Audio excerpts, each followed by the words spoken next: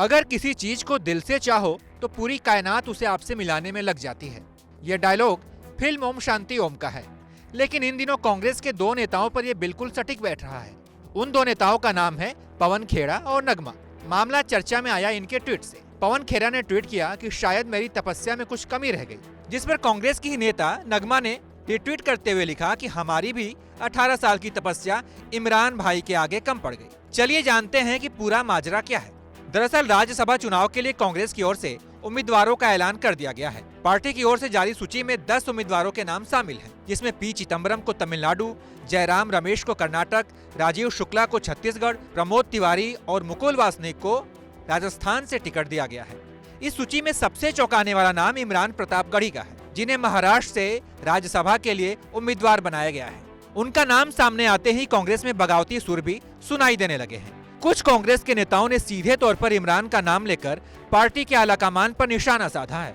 राज्यसभा की सूची जारी होने के बाद कुछ कांग्रेसी नेता तो मौन हैं, लेकिन कुछ मुखर होते नजर आ रहे हैं। इसमें पहला नाम पार्टी प्रवक्ता पवन खेड़ा का है। 10 उम्मीदवारों के नामों का ऐलान होने के बाद उन्होंने ट्वीट कर प्रतिक्रिया दी। उन्होंने इशारों में अपनी बात कही। पवन खेड़ा ने ट्वीट किया, शायद मेरी तपस्या में कुछ कमी रह गई। उनके इस बयान को सीधे तौर पर पार्टी के फैसले के खिलाफ माना जा रहा है। एक्ट्रेस और कांग्रेस नेता नगमा ने भी पवन खेड़ा के ट्वीट में रिप्लाई करते हुए अपनी नाराजगी व्यक्त की। उन्होंने लिखा, हमारी भी 18 साल की तपस्या इमरान भाई के आगे कम पड़ गई। इसके बाद नगमा ने एक और ट्वीट करते हुए लिखा कि सोनिया गांधी ने 2003-2004 में मुझे राज्यसभा में शामिल करने के लिए व्यक्तिगत रूप से वादा किया था। तब मैं उनके कहने पर कांग्रेस पार्टी में शामिल हुई थी।